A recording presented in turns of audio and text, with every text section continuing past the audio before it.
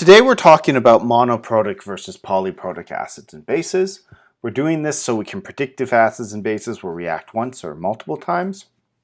Our success criteria is being able to differentiate between monoprotic and polyprotic. So mono, as usual, means one, and poly means many. Protic, what it means is it refers to protons, or more accurately in this case, hydrogen ions. We can talk about protons as part of the nucleus, but we should also remember that a hydrogen ion in its most common form is just a single proton on its own. It's stripped away of its electrons, and most hydrogens don't have neutrons in their nucleus, so it's just the lone proton floating around in the nucleus on its own. So protic refers to the number of hydrogens. A monoprotic acid can only give up a hydrogen once to produce a hydronium ion. Things like HCl, HBr, HF, all of these can only give up a hydrogen ion one time. A polyprotic acid can do this more than once. Now, it's important to note that polyprotic acids do this in steps. So if you have a polyprotic acid in a sample, you won't get any molecules giving up their second hydrogen ion until every molecule has given up its first hydrogen ion.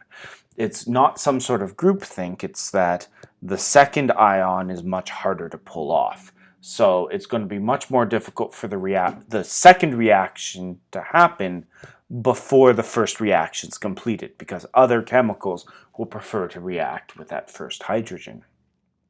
In general, these polyprotic acids are weak acids, and they get weaker with each successive step, like I just described. The exception, at least for the first part of that statement, is sulfuric acid. Sulfuric acid is a strong acid, but only its first hydrogen is a strong acid. When you strip away the first hydrogen, you get the hydrogen sulfate ion. The hydrogen sulfate ion is a weak acid. It's one of the stronger weak acids, but it's still a weak acid. So it does get weaker with each successive reaction, but unlike other polyprotic acids, sulfuric acid's first reaction is as a strong acid, not a weak one. The other thing you should watch out for is you should watch out for organic acids. I mean things like acetic acid right here. Acetic acid's formula is CH3COOH. You can see there's multiple hydrogens in this molecule, but only this hydrogen can act acidically. The hydrogens bonded onto that carbon there are very strongly held. They're not going to be able to be pulled off to form a hydronium ion. This is the same reason that methane, propane, octane, hydrocarbons are not typically acids, because the carbon-hydrogen bond is strong, so they can't be stripped away. But the interaction of the two oxygens in the COOH group, that can pull off a hydrogen.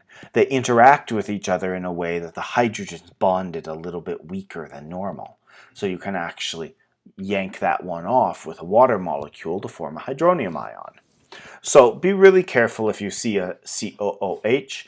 Only the hydrogen's part of that group will act acidically. So this would be a monoprotic acid.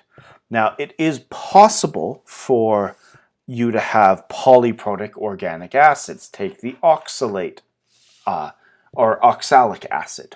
Oxalic acid has two COOH groups. Its formula is usually written HOOCCOOH,